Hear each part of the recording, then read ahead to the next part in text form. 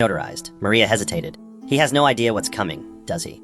Lisa looked out the window where Morris's car sat parked like a trophy. He thinks this is a clean break. But what's coming is a clean slate. She closed her planner and whispered, "Let him wear his victory for 3 more days. After that, he'll be dressing in consequences." Philip sat in his private study, the city skyline casting reflections on his polished desk as he opened Lisa's envelope. His eyes scanned the document with practiced efficiency, but the deeper he read, the more solemn his expression grew. He reached Clause 14, then flipped to the attachments, printouts of the blog post, high-resolution images of the company-branded affair, and a timeline that tied it all together. Everything was prepared with surgical precision. He leaned back, exhaled, and picked up his phone.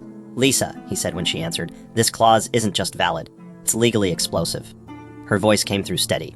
"I want it handled quietly. No lawsuits, no courts. Just execution." Philip hesitated. "If we trigger this, Morris loses everything tied to the company, shares, voting rights, and possibly his home. Are you ready for that fallout?" Lisa answered without pause. "I was ready the moment he let her hold my legacy." Philip rubbed his temple, still absorbing the gravity. "I'll draft the official activation letter. It'll be presented at the same meeting where the divorce is signed." Lisa replied, "Make sure the board receives their copies within 24 hours.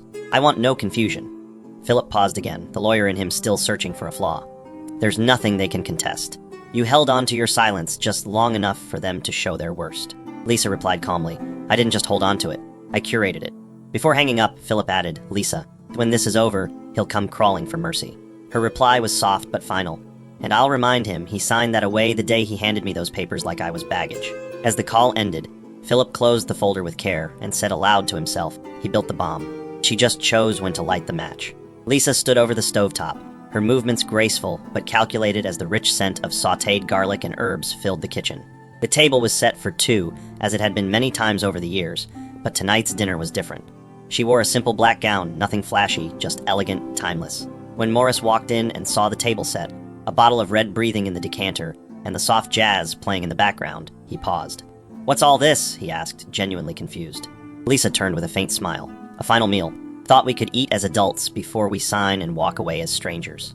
Morris raised an eyebrow, then shrugged off his blazer. "Can't say no to good food." He sat across from her, eyeing the plates she set before them. Steak, roasted potatoes, asparagus. His favorites, though he didn't comment on that. For a few minutes, they ate in silence, the clink of silverware punctuating the unspoken. Then Morris spoke. "You know, for what it's worth, I never wanted things to end bitterly." Lisa nodded slightly.